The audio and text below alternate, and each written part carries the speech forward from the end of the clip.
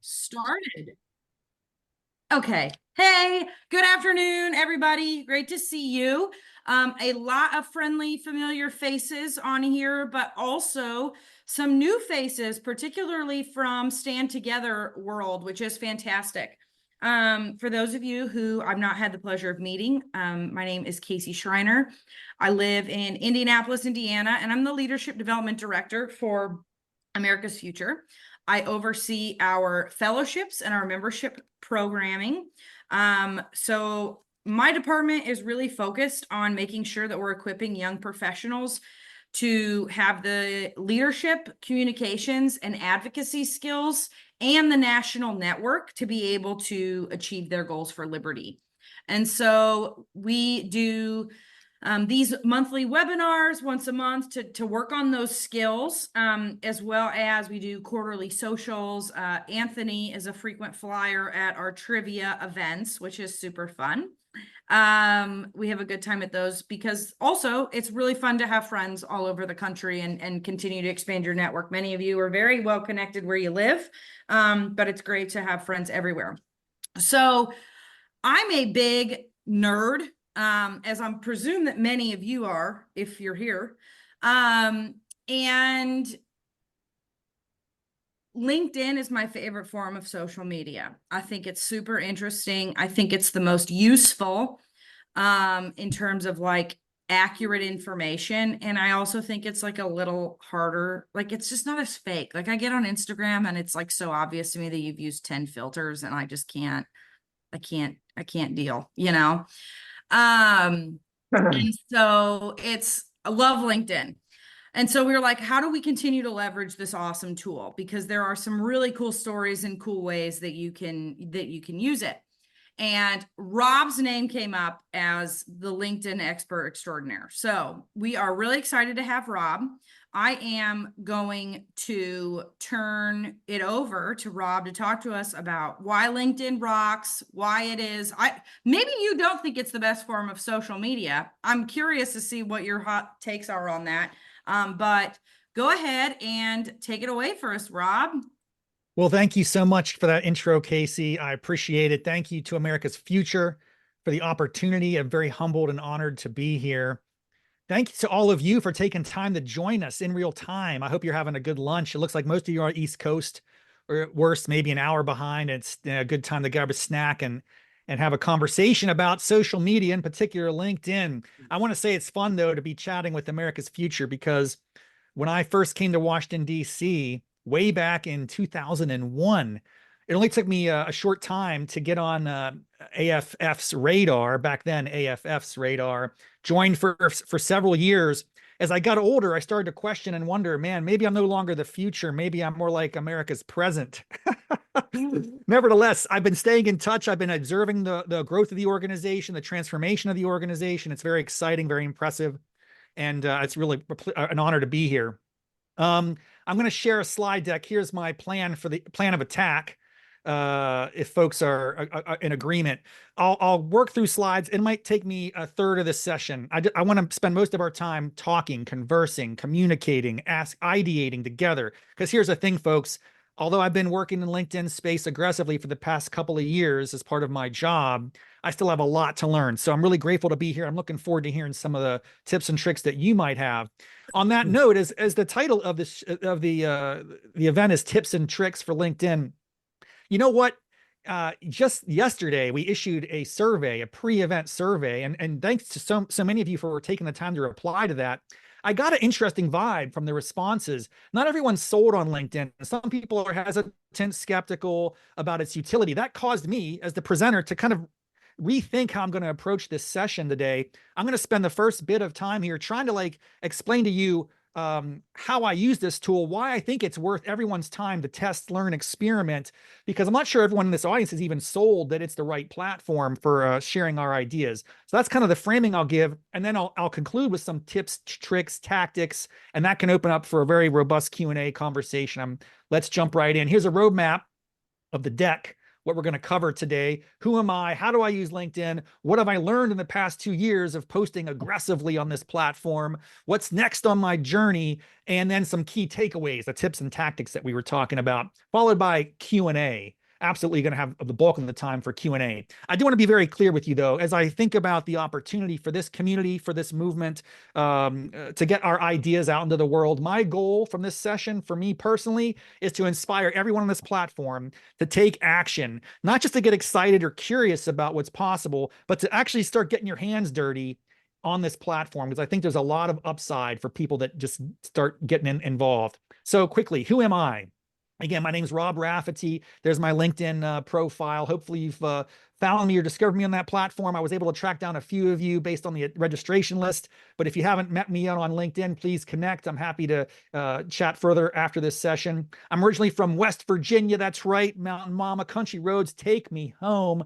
I've lived, however, in the DMV area since around January 2001, started out on Capitol Hill, but gravitated quickly toward the world of ideas, starting at the Mercatus Center at George Mason University from 2002 to 2005. Really enjoyed my time there, had an unexpected opportunity to serve as a appointee in the Consumer Product Safety Commission as the counsel to the chair of that regulatory body from 2005 to 2009. Also served a few years in the general counsel's office, but then I was drawn back to Mercatus. I want to mention, though, it's kind of just for a time frame, it's worth mentioning. LinkedIn was created around 2003.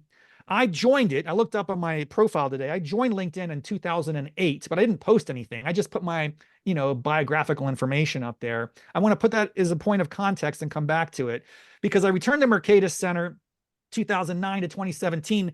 Over a period of extraordinary growth for Mercatus, I was doing primarily strategy, planning, reporting, evaluation, the sort of behind-the-scenes sexy work to help organizations thrive and succeed and achieve their goals. And that's the kind of expertise that I cultivated during my time with Mercatus, partnering especially with the thought leaders, the scholars at that organization. I transitioned over to the Stand Together community, first the Charles Koch Institute, then Stand Together Trust. That started around 2017. And again, I was the research director there, coming in and again, applying my skills I had learned at Mercatus for the benefit of the Stand Together community.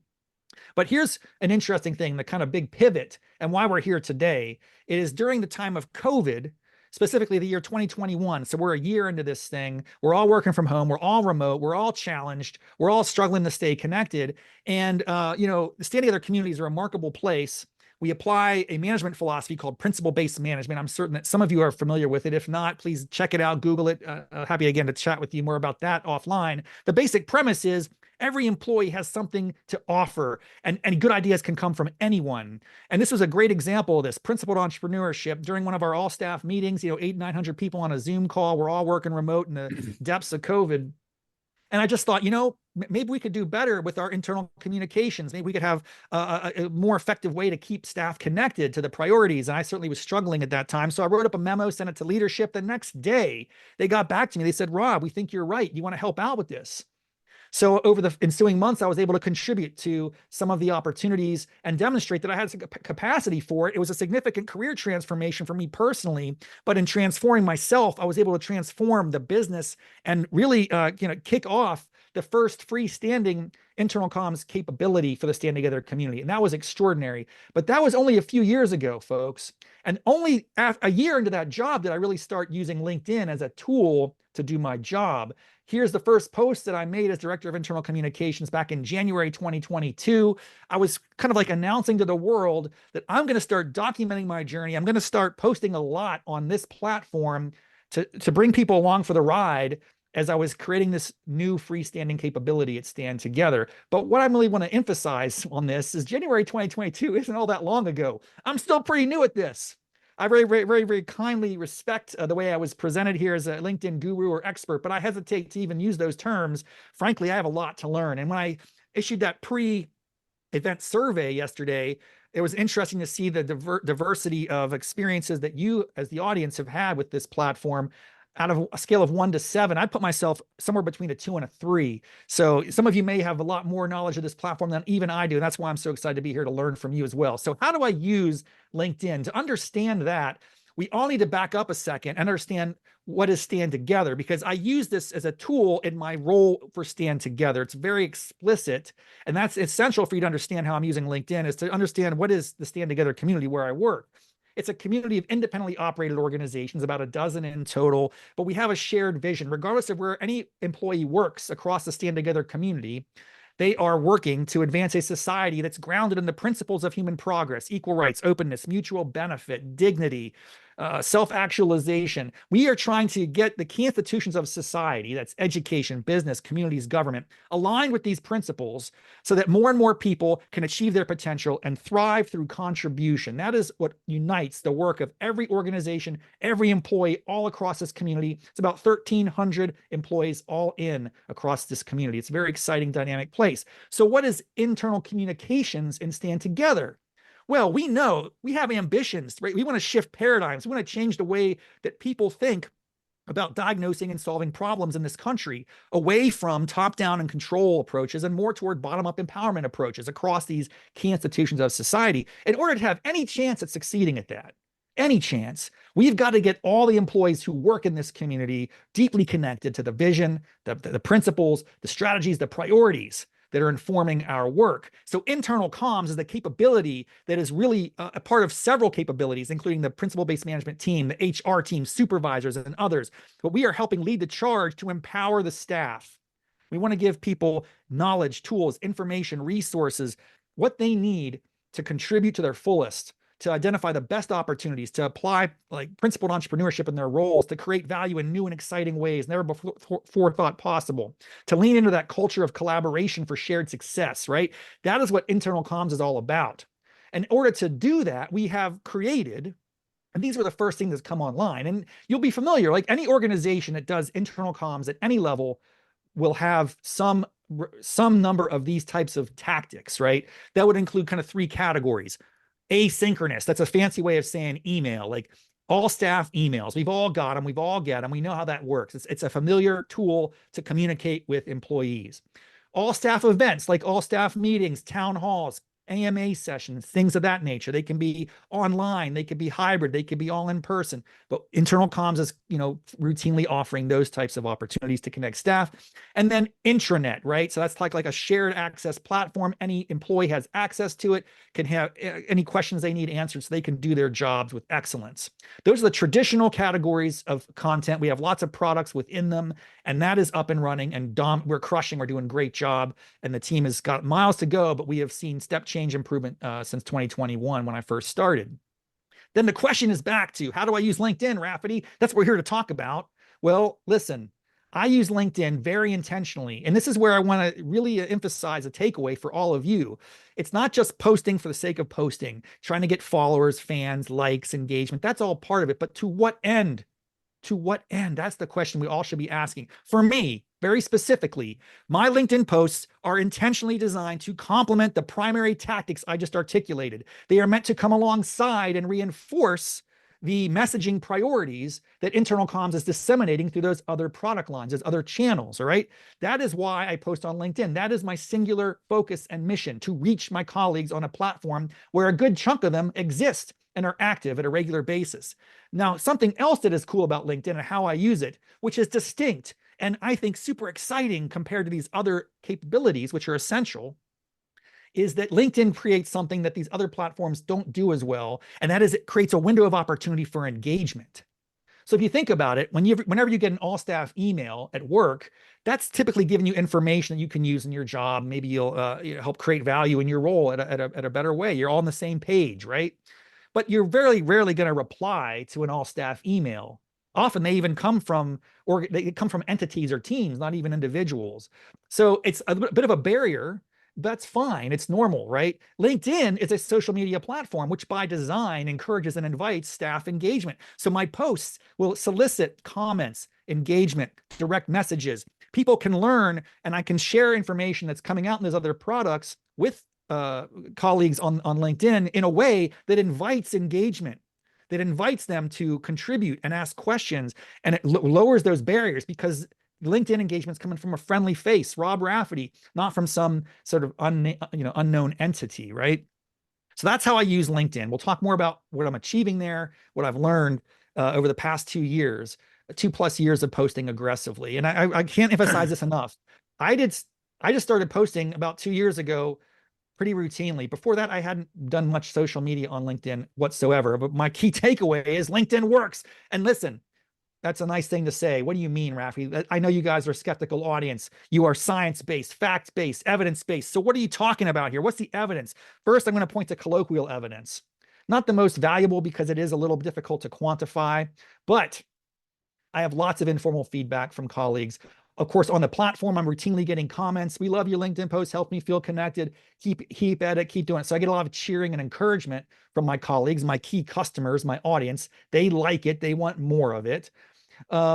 But I also get that in the hallways too, right? So it's a lot of stuff that I can't measure or document as well as I should to prove it to you. But I promise you, I get a lot of that informal type of feedback. Here's something else I get, which is not a target audience, but pretty interesting. Every once in a while, and I promise you, it's happened more than once. It's actually happened a handful of occasions where I'm walking around the hall at the office and someone comes up to me and say, "Hey, I just started working here a few weeks ago. You're Rob Raffety. I recognize you." Yeah, what's the story? Well, I just started here, but during my recruitment process, I looked up to understand more about Stand Together. And guess what? You're all over the LinkedIn network when I searched for Stand Together. And I just liked the way you were describing the work of the community. You were showcasing the team, the culture, the individuals who are contributing, some of the work of the partners. That inspired me to join this company. So that's a pretty cool takeaway as well. How many people, came to like consider their roles as a more promising opportunity by virtue of seeing some of my posts? I can't pinpoint it exactly, but I know it's happening. And then finally, partners who again aren't my priority audience. The organizations with whom we work are on that platform. Beyond my customers, my colleagues, I'm reaching thousands of other individuals in public who see something I post for my colleagues, and then it causes them to reach out to me, a DM, an email. "Hey, I saw something you posted there. I want to learn more about it." I can connect the dots, introduce them to a colleague, and then they're off to the races. That's value that's not happening absent this activity. So that's some evidence, right? But you're going to say, "Well, I need more than that, Raffy. Let's go further. Audience reach." Again, I'm not trying to grow my audience beyond my customers. My intention here is really to focus on the employees of the Stand Together community. But I have about 4,400 followers now. About 800 to 900 of those are the employees of the community. So I'm reaching probably about 70 to 80% of the entire community through this platform. It's not a silver bullet. Again, it's complementary to other tactics. There's no silver bullets in internal comms. Everyone consumes information differently. But my reach is, significant. I'm not trying to grow it beyond my audience, but it seems to be attracting other followers, which is kind of interesting. Here's something that's very important, though, to understand. Of those 4,400 followers, if you look at my top demographics for the companies where people are employed, Stand Together is far and away the number one. Nearly 12% of that 4,400 are employed at Stand Together. About 4.5% are employed at AFP, which is an organization, the Stand Together community. Stand Together Foundation, 1.2%. These other two you see in the five, Mercatus and Institute for Humane Studies, are close partners of the Stand Together community. So although they're not employees of Stand Together, it's helpful for them that they're consuming. The bottom line, the key takeaway here is I'm able to reach my target audience on this platform. I have evidence of that, right? Finally, content performance for the data nerds in here. We're just scratching the surface of what's possible. I can't tell you what exactly I know, but I'm giving you behind the scenes. We're just sharing with you 365 days of impressions. I just ran this search today. Close to 270,000 impression. Now, an impression is, what does that mean? It's you're coming up in someone's news feed. How valuable is that? It's very hard to demonstrate, but it's an interesting thing. And it's started to broker conversations with our marketing team because, I'm not the only one at Stand Together that has a LinkedIn page. We have brand channels. We have thought leaders. We have some of our executives that are doing positioning on the platform. How do my numbers relate to theirs? I'm starting to learn and scratch the surface on that. And maybe I can complement their efforts more than impressions, because that just really is a big number metric of, are you coming up in people's news feeds? A more important metric to me is engagement. And here's where it's kind of cool to see over 5,300 engagements in the past year. That can be anything from a like to a comment to a repost.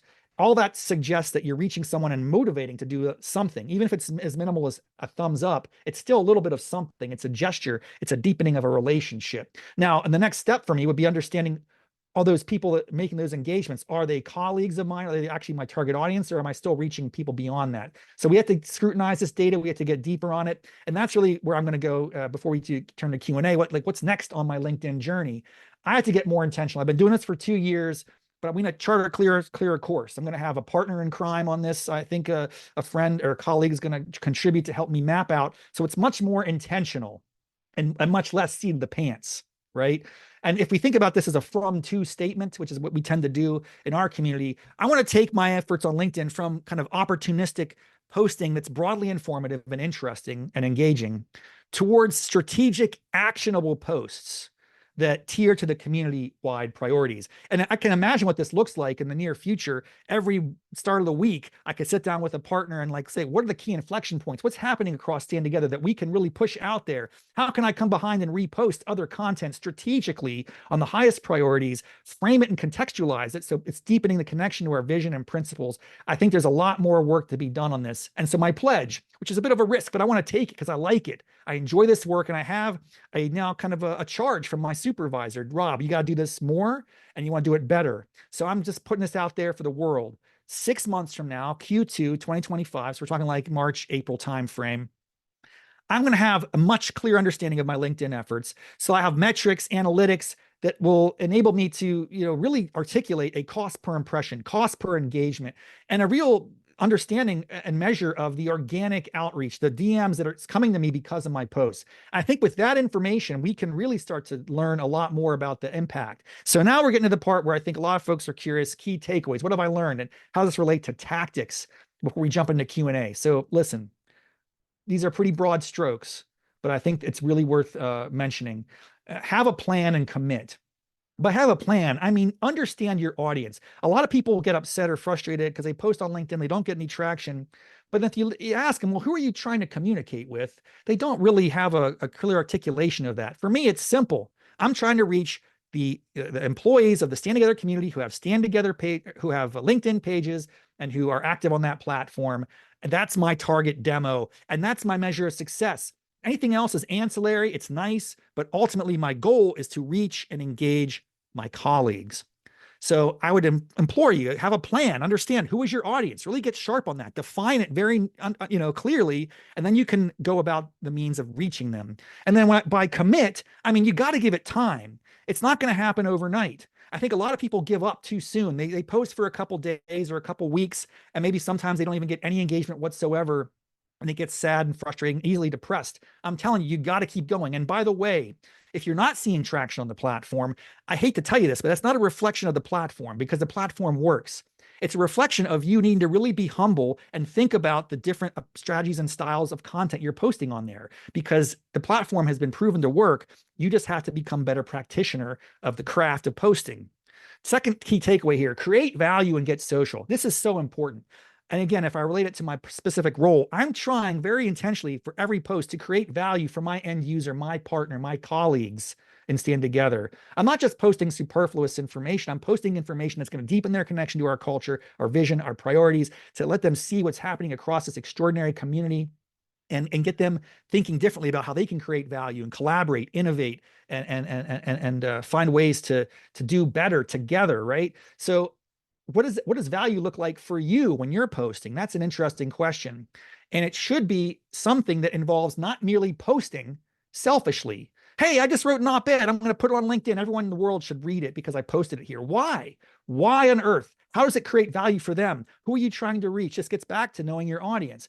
And in terms of knowing your audience, you have a chance to build your audience over time by not only posting as a one-way comms tool on LinkedIn, but by getting social on the platform, engaging others. Put the social in social media, man. That's what we're here to do. And if you comment and like and engage and reach out to people that have similar interests and follow and them and comment on the comments of some of the people that you're following, that's how you slowly over time will build interest in your work. All right. It's not just a selfish platform to be a megaphone to the world. That's a function it can serve. But really you want to think about, what value am I specifically giving the audience, and how can I get social and with others? The third little takeaway, and this is not my own, this is from one of my heroes in social media, the one and only remarkable, accomplished entrepreneur and guru on all these, and someone I look to for guidance routinely, Gary Vaynerchuk, aka Gary V. Some of you may know him. If not, I'd be happy to chat more offline. But it's this notion of document, don't create, or more like document versus create. There are different forms or different styles of how you go about producing content on these platforms. So for a lot of people, it's intimidating. The idea that I have to write a post, I have to take a picture. It just seems like extra work. I don't know how to do it. And I think that's the wrong mindset. If you kind of shift your perspective on this and you think about what can I do that's happening in my day-to-day work and activity, I can bring along an audience for the ride. That's what I did basically the past 2 years. The things you're seeing that I post about on LinkedIn are by and large me walking the hallways, seeing things as it happen in real time, taking a selfie picture, contextualizing this story around our principles, priorities, our vision, and then sharing it on that platform. And I do that routinely in a lot of different ways as much as possible. And it doesn't involve me having to really think a lot in advance. It happens organically. And that's about documenting my process rather than like trying to create original new things, so it's a little bit lower cost. It's a mindset to adopt, I would suggest. Finally, test and learn, test and learn, test and learn. Here's where I have a great shortcoming. I don't know all the time what I'm expecting to achieve with any particular post. I need to get sharper on that because I'll tell you what, over years, even months, you get to start a body of work that has data behind it. You can see who's engaging, why they're engaging, which types and styles of content are getting more reactions or comments or likes or shares. And that can inform your future work. I've got to level up my game on that immensely to improve and achieve my full potential on this platform. But the sooner you start thinking about every post as a test, and you're trying to like learn something rather than just putting it out in the world and having someone consume it, you're going to learn something in return. That I think is an important mental model as well. Finally, key takeaway. I want people to take action on this platform. There's so much thought that goes into strategy, planning. Oh, I got to mull it over. I got to think carefully about what I'm going to post. And yes, there's value in that. You want to have some intention behind it. But I think you're going to learn the most by getting your hands dirty, just jumping on the platform and get going. The risks are probably pretty low. If you have any common sense and good judgment, you're not going to make actions that you regret or that get you in any particular trouble. So I would just say, get going, take action. Don't just sit back and think about what's possible. And the sooner you do that, the sooner you're going to learn and improve. Now we're going to jump into Q&A. Thank you so much for that quick run up. I want to be respectful of the people that actually ask questions on the survey in advance. There are 3 questions I want to nail. These are the ones that came in from my email that was sent out yesterday. How can a public, and during Q&A, I'll give you my thoughts, and then this we can open up on Q&A to other people if they have suggestions or thoughts. How can a public policy think tank grow and get, I see a lot of comments in the chat. I'll be checking in that in just a second, I promise. Thank you so much. And I'm focused on this deck right now, but I'll definitely get into the chat box. How can a public policy think tank grow engagement on LinkedIn?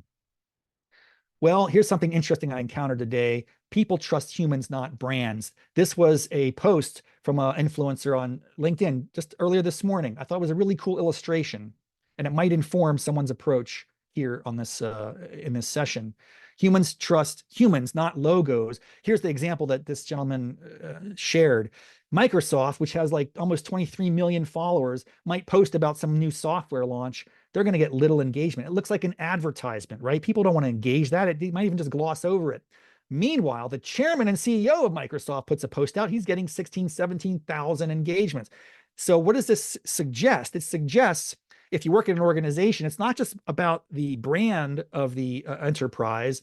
It should be about the people who work there, the thought leaders, the executives, or anybody, frankly, I think could contribute in a way that makes the message a little less of a sales pitch and more soft and receivable and more likely to generate engagement. And by the way, when someone asks me questions like this, I'm like, are you using ChatGPT? Are folks involved with AI revolution? This stuff is remarkable.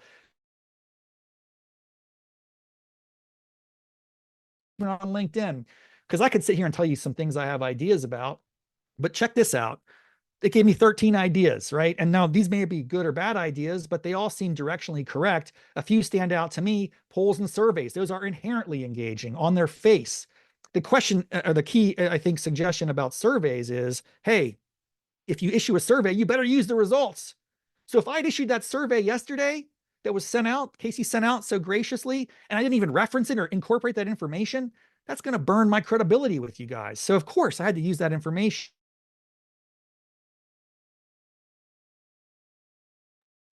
Hey, Rob, your audio is going a little bit in and out.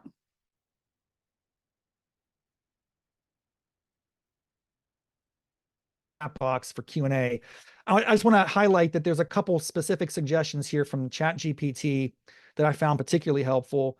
Engage in trending discussions. What's happening? How can you tap into the zeitgeist? Collaborate with others. That's going to grow your reach.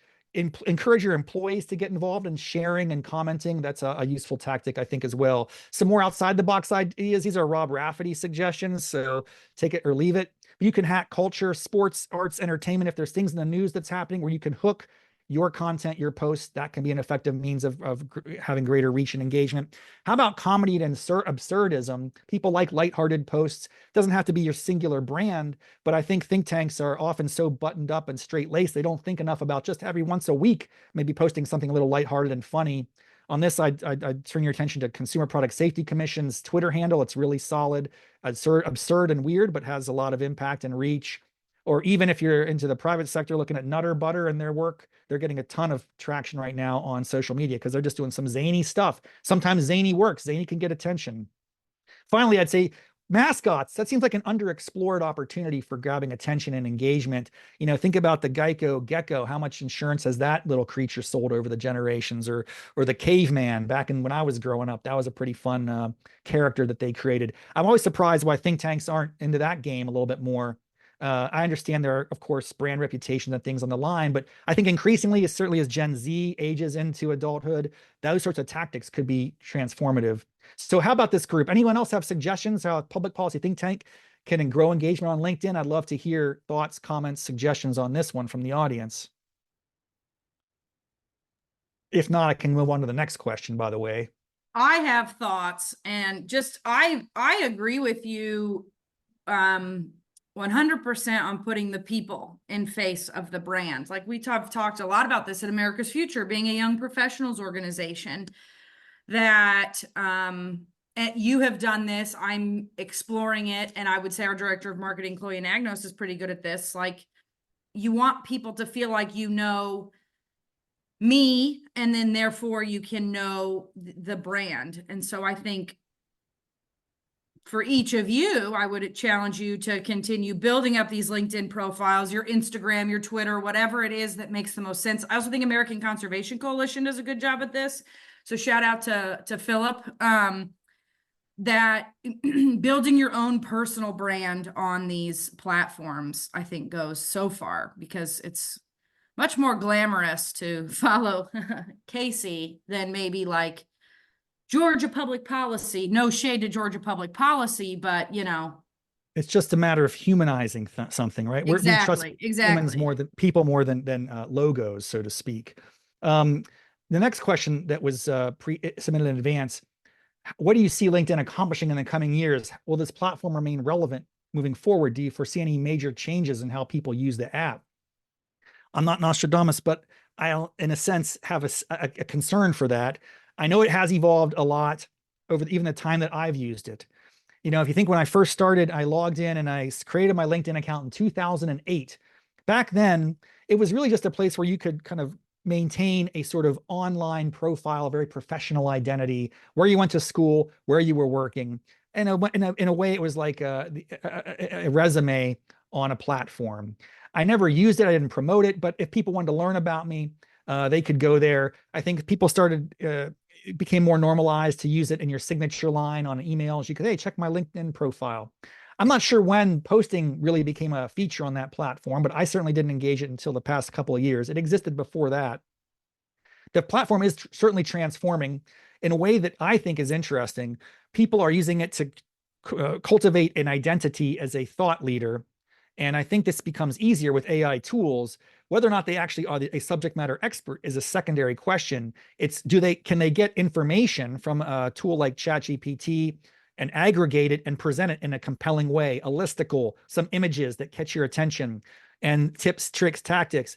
They might become experts at marketing themselves as an expert rather than becoming an expert in the underlying subject matter. So you have to be, I think, somewhat judicious about who you follow and what advice you take on that platform. It is evolving. It is changing. I know there was someone who was who answered in their survey, they got 2 jobs via LinkedIn. So I still think it's a very useful tool for recruitment and job seekers. I've never personally had use for it that way, but my understanding is it works. And certainly one of you out there said that in the survey. So here's the other thing to remember, folks, and this is always this audience, I shouldn't need to say it. Creative destruction is a thing. Innovation, transformation is a thing. Competition is a thing. I just saw in the news the other day, Kmart's, I think, closing its last store in the near future. When I was growing up, Kmart dominated. And when we were growing up, Facebook was cool. Now the kids don't want to be on it. These platforms are going to evolve over time and ebb and flow, and some aren't going to make it. I mean, where's MySpace today, right? So I think this is an interesting thing for all of us to get a mindset around. LinkedIn may not be here permanently or forever. It seems to have a pretty good grip on the professional social media platform at the time being. But if something else comes along and creates greater value for customers, it will get knocked off. So be prepared for that and don't get upset by it. Some people go, oh man, I built up all this following and I do all my work. And now if LinkedIn declines and something else comes along, I feel like I've wasted my time. No, you've got to adjust, you got to adapt, and you got to jump into the next space and not complain, because that's the market process that we all know and love. And that's the reality of the world we're in. So any thoughts on this? What do people see LinkedIn accomplishing in the coming years, or maybe they see changes in the way they're using it? Be happy to field some comments on that. If not, no problem. I can move on to the next question, which is a longer one, but a kind of a cool one, which was, if you want to make a connection with someone on LinkedIn, but you haven't met them in person, you know about them, you admire them, you maybe are a fan of their work. How do you engage someone on the platform in a way that doesn't come across like a cold call or, too selfish in intention? So the person says, I want to be personable and not like I'm just throwing out feelers to see what sticks. Listen, this is super important. Great question. Because no doubt LinkedIn is an extraordinary platform for meeting people, for reaching out to strangers, people that you might, admire their work as a scholar, as an activist, as a communicator. And here's the funny thing about it. I have a sneaking suspicion that many, but not all, people on this platform are excited when people reach out to them. Now, granted, if you're someone with millions of followers and you're more kind of in this sort of social media celebrity category, it's going to be hard to break through that. But I'm talking about the influencers in the DC area who might have tens of thousands of followers or even hundreds of thousands of followers. I bet they're more accessible than you think. My strategy on this would be to not just come in hot. I've had people reach out to me and connect with me, and I have pretty low standards for accepting invitations to connect. And I hate it when someone wants to connect with me. They're a stranger. Hey, it sounds interesting. Go ahead. Let's connect. 2 seconds later, I get this robot automated message. Hey, I saw you're into internal comms. Would you like to buy my software? Yeah, it's just the turnoff. I'm not in the platform for that. But I love it when people comment on my work. I love it when people DM me without even an ask, but just a generous reflection. Hey, I like what you posted today. That was pretty helpful to me. That was interesting, Rob. And that's it. They're kind of setting a foundation to follow up later down the road if they ever want to make an ask or reach out to me. And for me personally, I'm always eager and happy to grab a cup of coffee virtually or in person with just about anyone in the world. I lean into that part of my personality. I'm a people person, right? I enjoy it. And not everyone does. So just assume you're not going to get 100% success rate on this.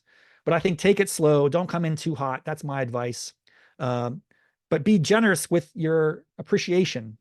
That's something we could all do a lot better on. If someone does something out there in the world, if they're an influencer and they're doing content that really excites you, or a particular piece that they wrote hits and motivates you, let them know that. That's nothing wrong with that. And that's part of the value of the platform. It enables you to do it at very low cost. That's it for the key. Oh, go ahead. I want to jump in and add 2 things here. One, I think Yep. particularly for content creators and writers, it is a very lonely job and it's a lonely experience. It's you and this piece of paper, right? And so I think those folks actually really like dialoguing about their work a lot more than they may seem a little untouchable in some sense or removed, but I think I have found running our Writing Fellows programs, people are psyched to talk about what they're writing about and what they're working on in largely isolation.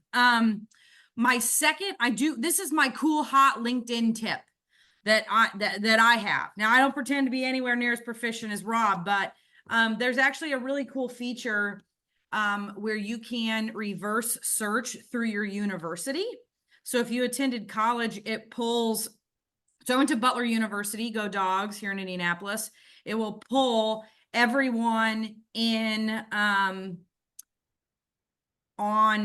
it'll pull everybody into that database, and you can sort them by what they majored in, what year they graduated, where do they live, what city. So when I actually used to work at Butler and Career Services, like if we were going to New York City, we would just cold call, reach out to people. And so I think like if you're doing more general networking, like maybe you're looking to move, maybe you have moved, maybe you're looking to do a career change, starting in that university alumni network and using LinkedIn as a tool to do so is great, because you already have that like bond with somebody of, oh, we went to the same school and remember how gross the cafeteria food is, all that kind of stuff.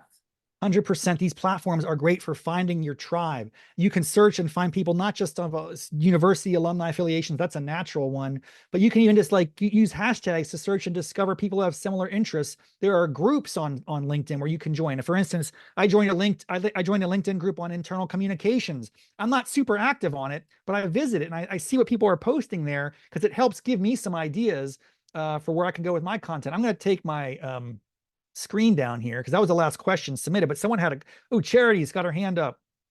Let's bring Charity to the stage, Kasey. Hey Rob, how are you? Thanks for hosting this. I really appreciate you taking the time to chat Hey, with us. thanks for being here. Um, so I guess my question is just maybe this is more elementary and more than this talk has the capability to answer, but really I'm looking to build an audience, but I don't know exactly what that audience looks like yet. It's a very like obscure sort of idea that I have in my head, and I guess for me, my big thing is I'm really passionate about free market solutions to things, but particularly free market solutions to climate change. And so, I have a Substack and I've got all these op-eds that I'm writing, and I'm, now in the AF Writing Fellowship. I'm trying to kind of get all this together. But I don't really know what that looks like. And so I guess with that, I get people all the time that add me on LinkedIn, and I've always been coached from like the Leadership Institute and various other places to not add people that I don't know. But that being said, I'm trying to build something bigger than my current network. So I guess like how do you sort of use LinkedIn to do that? Or is this not quite for building it? It's like once you have an established a network. That's a fascinating perspective. And I don't want to contradict any of the advice you're getting or cause you distress that you may not be doing things right. I could be wrong. I want to be very open about that. I have a certain approach to this. Mine is my default is typically to be a little bit more open and trusting of people that want to connect with me until they give reason to not deserve it. But it's never happened. I've never in my experience had someone come in and, start flaming me or criticizing my posts or anything like that. If I was to have that experience, I might reach out to the person and say, hey, what's up? Why you, doing that? And if they didn't respond favorably, you can always unfriend them or remove them as a follower. But I've never had to do that, and my practice has always been pretty open and fluid. But I understand, that there are different approaches to this. In terms of building your audience, it sounds like you're interested. You got some interesting work, and to me, what's cool is you're a writer. You're going to have content. You're going to have a core product that can be spun off in a lot of different and compelling and interesting ways. And frankly, it's no good to me. This is just a perspective.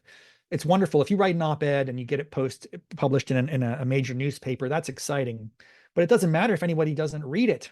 So aside from getting it published, we've got to do a better job marketing, repackaging, repurposing the ideas of any written product into tweet threads, into a LinkedIn post with a survey that has engaging opportunities, people to criticize or point out the shortcomings, perhaps. I think people should be more humble, more vulnerable with their content, and use these platforms as a way of civil discourse. I know that sounds odd for social media because it's not a place where a lot of that unfolds, but I think there's potential there. And if you seek it out and get the right types of people, I think you can find it.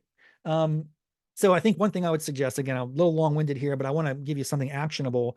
For the specific issues that you're interested in, try to identify some of the leading influencers or sort of people that you admire who are writing in that space. Make sure you're following them, you're commenting, you're engaged, and you see who the people are that are commenting or engaged with those thought leaders. They might be people that you'd naturally want to be inclined to reach out to spark conversations. And lastly, I'll just say, give it time. Nothing will happen overnight. It takes years and years of hard work, grunt work. But if you assume that from the start, that it's not going to be one post that suddenly turns you into a world famous thought leader overnight, then you're going to be okay. Just have your mindset for long-term, not short-term success. Does that make sense? I hope so. It's a couple other people got their hands up. We have about 15 minutes left. Let's get as much as we can out of this. I guess Trina's coming up next on my page. Kasey, is that great? Yeah. Yep, Hey, go how's it ahead. going? Hi, Trina. Hi, Kasey. Hello, everyone. I apologize for the background noise. I am at a work event right now, so I'm trying to multitask, but I really had just like a really quick question. For the longest time, I've been trying to, and I guess it's a two-part question. One is more like an aesthetic thing for my LinkedIn page. I've been trying to figure out how to do it where it shows the organization and then the different roles within the organization. You know how people have, okay, United States Air Force, and then they say, okay, I did this job. I had this job during this date, and then this job during that date. How do you go in and physically change it so it shows the timeline under one organization of different roles that you worked within a certain organization? And how good. Sorry. And then I think the second part question was, how far back do you go? Like if it shows a certain expertise, do you want to just do the last 10 years of your career? And then, yeah, that's it. Sure. So thanks so much for these questions. You guys are great. And I'll give you my best answers as again, with the caveat that I'm learning along with you. My sense is your first question is a very kind of basic question about format, layout, design, aesthetics, branding on your specific LinkedIn page. And that's a great question to ask, because if someone is clicking on there, you want to make sure that your visual message you're communicating is reflective of who you are and what you have to offer and what you're about. So I can only give you an example that is my own, which is something I cultivated very intentionally. Although it wasn't there for the first year or so, I just had a generic picture in the background of my banner. But there are ways to put banner ads together that are reflective of who you are as a person. If I can take a second, maybe I can share my LinkedIn page with folks just to show you what it looks like. So let me just hop in here to 2 seconds. Let me see if I can share my screen. It's a small example of how I think about this stuff. It's one way to think about it. It may not be the right way. Here's my LinkedIn homepage. You've probably all seen that at some point. But if you look at my banner in particular, it has my headshot, which is a classic. I guess it's just one that's pretty old. Actually, I should probably update my headshot. It's a couple of years ago. I'm a little slimmer back then. But historically, I had something generic up here in the background, some pictures of mountains, maybe because I was from West Virginia. But about a year and a half ago or so, I thought I need to do something that more reflects and embodies me as an internal comms guy for Stand Together community. So what did I do? I actually put a call out on my LinkedIn page. I said, hey, folks, I need to get a new banner. And I'm thinking maybe I could aggregate some of the selfie pictures that I've posted on this LinkedIn page, put them together. But you know what? I'm not technically very good at this. So, does anyone know how to size and adjust images? Lo and behold, the community came out, someone replied, and led me to getting a colleague help me put this banner together, which has to be a certain size. And this is where I'm not going to be helpful to you, but there's plenty of easy information. If you Google it, you can find like, how do I size a proper LinkedIn banner? For me, this is a kind of a collage of images. And if I'm supposed to be a guy who's, propelling our culture of collaboration for shared success, I wanted to have a picture that depicts me in conversations with different colleagues across the community, different situations. So that's how I thought about it. I think it's a nice visual to kind of depict the type of role that I play for Stand Together. In terms of the type of history of information that you put on the platform, that's up to you entirely. I'm 48 years old, and I've put everything on there. I've listed my entire educational experience, starting from undergrad to grad school. I've listed all my work experiences. I think I started with the very first thing I did out of college, out of law school, working on Capitol Hill. So I have a particular suggestion, which is go back as far as you want. Maybe even if you have a fun life experience as a kid growing up, you could put something out there. Like I worked in a movie theater, I don't know. Those things are kind of fun. And sometimes you'd be surprised. Those could lead to interesting conversations. Someone goes to your page and says, "Oh my gosh, you worked at McDonald's as a teenager?" Me too. And that could be an interesting point of entry that's totally separate from anything else. So I think there are some best practices and branding tips. I would encourage you to just Google, how to create a compelling cover page on LinkedIn, something along those lines. You're going to find a lot of tips and tricks. It's very easily accessible, and you can, I think, take those in along with what I said, and hopefully that helps you get on your way a little bit. Thanks, Giselle, Rob. I yeah. really appreciate it. And then as far as the timeline, how do you get multiple job roles under the same company to show on that timeline? Do you know how to do that? Yeah, let me check again. I'll share my screen to see how I did it, because I do have a resume that is one where I have different jobs. Oh, so like this right here. So I worked at the Mercatus Center for this particular stint, 8 years or so, and I had different roles. Is this kind of what you're talking about? Do you Right, see my screen? exactly. For some reason on my LinkedIn, it only lets me do one role, and I can't do that. You see how you have bullet points under that same organization? Yeah, now that's an interesting, how did I do that? I Do did you it have so to be long a ago. premium, or because I That's don't an have a premium account? interesting question. I don't think so. I think I've done that and had that like that for a while, but maybe I'll follow up with you on this because we can learn together. I'm certain that there's an answer out there, and it is useful to learn it, because if you had different roles that show you're exceeding your increasing responsibility, that can be Yes. attractive. That can be an attractive thing for a prospective employer. You want people to see you've been growing in your role, even if you stayed in an organization for a long period of time. That makes a lot of sense. So let's find a way to do that. Even if you can't do it without the premium, there might be some other trick there. So I'll follow up with you on this. I think it's a good idea. So thanks for raising it. I Thank just you. found a help article on LinkedIn for it too, so I'll post that in the chat. Thank you. Yeah. And Kasey, it looks like she's concurs. We put everything on LinkedIn. Resumes are limiting documents. You can put more stuff on here. Another thing I'll mention real quickly is you can also like pick people that you like. You can like include in your homepage. Here are some of the people that influence me or that I enjoy. That sends a signal to the world about you. So keep that in mind, right? Anytime you're following certain influencers or musicians, it could be anything, right? That is going to be a signal to the world that someone's going to look at it and go, oh, because they like this particular author or thought leader, they may be more or less inclined to want to follow you or get in touch with you. Something else to think about. A couple more questions. I'll get as many as we can, and I'm happy to stay even a little over if we'd like. I understand we're going to be cutting off here in the next 5 minutes or so. Anthony, I believe, was up next, and then Danielle. Hey, Rob. Thank you so much for taking the time out of your day to do this. This has been very, very informative. And Kasey, thanks for putting this all together. So my question, I put this in the chat too, like, how would you know? Hold on, let me just want to make sure I asked two questions, make sure it's in front of me. Yeah, so I want to ask, like, so like, what is like the ratio between sharing others on people's content versus your own? I know the typical rule is that like you would want to share like your own content over like other people's content, because like also that takes away from your own branding. So like, what would you suggest for that? Because I usually post a lot on LinkedIn too, but I usually share my own content for others. So that's why I was doing like, what's the ratio that you would recommend? Anthony, that's a stumper, man. I don't have a specific answer, and I haven't thought about it, but I'll tell you how I process the question, and it does inform my approach. So remember my role, my job. I'm trying to connect my colleagues who are on LinkedIn with our culture, our vision, principles, and I can do that by highlighting activities and events that have occurred.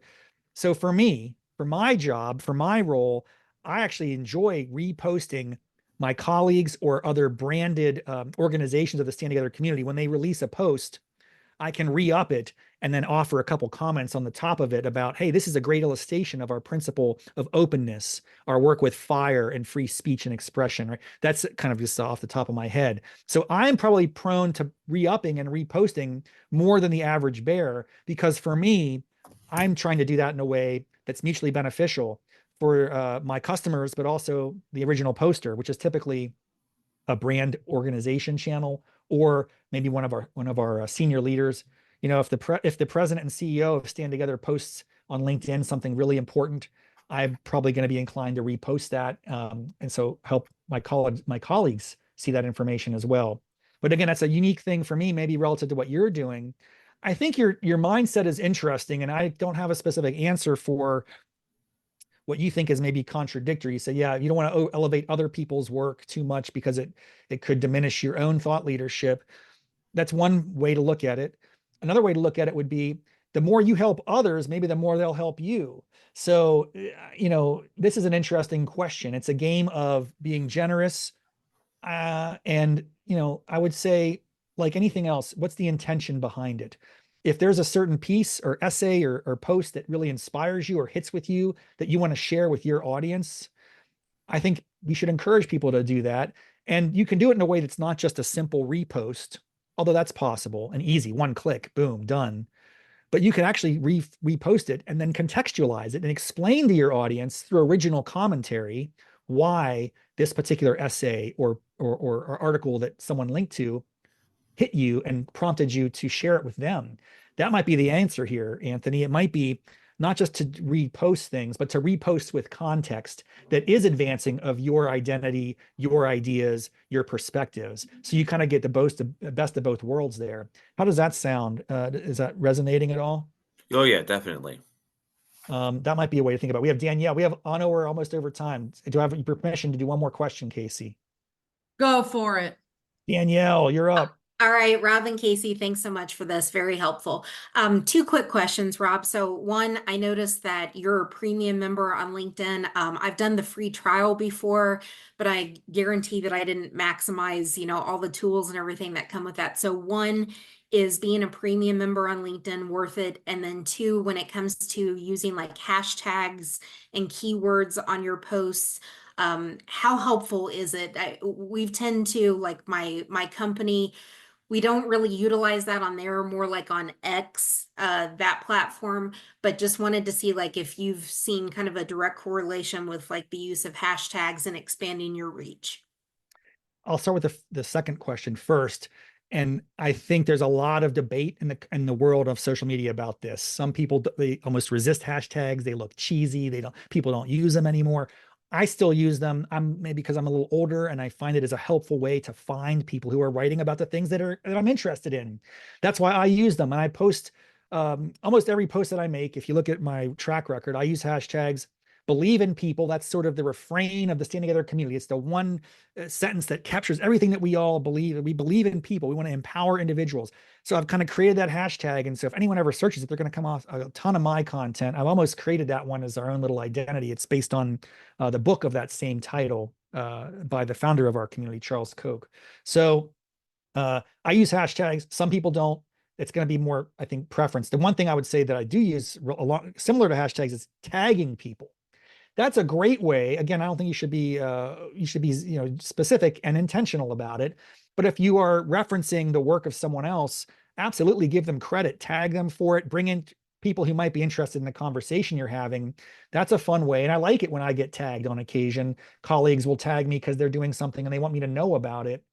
You'll learn pretty quickly if people don't like that. And there's actually a feature where you can prevent yourself from being tagged. So my assumption is if someone doesn't like being tagged, they're going to have turned off that feature and therefore I can't do it. Similarly, if I didn't want to be tagged, I could turn it off. And if it's on, that means you can use it. So that's my perspective on it, as limited as it is. The first question, the transformative for me, the data membership. The data and information that you can get on the back end is pretty extraordinary. I've yet to dive in and get full value out of it. But your ability to search, and I think the biggest value of that, which might be worth someone experimenting for a 1-month trial, is if there are certain people or organizations you want to reach out to, but you can't do it because they're not connected to you, you can get LinkedIn rights. I think it's something like up to 15 direct messages a month to people you're not connected to. Now, you have to be judicious about this. Again, like everything else, we've been talking, the real emphasis here is on intentionality. What is your ask? Don't come in too hot with a sales pitch. But if you have something that's really important, you want to share with somebody through this platform in a way that's one of the values, one of the benefits of having a paid subscription. So I'm fortunate that my employer sees the value in me doing this, and therefore it's compensated as part of my job. If I didn't, it would be an interesting question about how much I'd be willing to pay. Seems like a lot of these platforms have that. For instance, I'm on Twitter on my own and I don't use it. And I think as a result, I probably don't get as much reach or engagement with my tweets. That's okay because I don't use that for work, just a personal thing. Anyway, that's not a very good answer, but I'll follow up with you more on it and get deeper in the details and weeds, because I do think there's a way to experiment, test and learn and see what you get out of it for a month. I found it useful, but I think I'm just scratching the surface of what's possible. All right. Thank you so much. Yeah. I know we're basically at time, a little bit over. I apologize for that. I appreciate everyone for sticking on so long. One thing I want to do before, if we can please let me get a selfie. I gotta, this is my final mission, because I document my journey. I'm going to post about this session today. If folks are interested in having their cameras on to be in one of my famous selfie posts on LinkedIn, please turn the cameras on and we'll do it. Oh, it's Yes, so I good to see love all it. your beautiful faces. Yeah, this is a Caleb, lot of fun. cool glasses. This is a lot of fun. Oh, I got to change my view so I see more people. How do I get the box screen back again? That was so cool what you did earlier. Mary Catherine, you're gorgeous. Great to see you, sis. Oh, there it is. I gotta switch my view. Give me a second. I'm going to gallery. There it is. He's going to gallery. He's getting a great shot. Thank you so much. I'm gonna get one more just because, 3, 2, 1. Everyone smile. Look genius. Look great. Yeah. Awesome. Okay. I'll post that on LinkedIn. I'll let people know. Let me say one final thing, please, before we leave, Kasey. Folks, I'm very passionate about this stuff. If you are interested in having follow-up conversations, if you want me to, chat with other people in your organization, we got to keep this up. We can't just have it as a one-off moment. I think we keep this conversation going. Reach out to me anytime, anywhere. I'm very excited to follow up with all of you. Again, thanks so much for the opportunity, AF, and thanks for all of you for being here today. Thank you, Rob. Really appreciate it. Hope to see all of you at another America's Future event here soon, and on the LinkedIn. Just do the good old Kasey Schreiner Google and you'll see me in my fabulous headshot. So have a great day, everybody. Thanks for spending some time with us. And thanks again, Rob. Take care.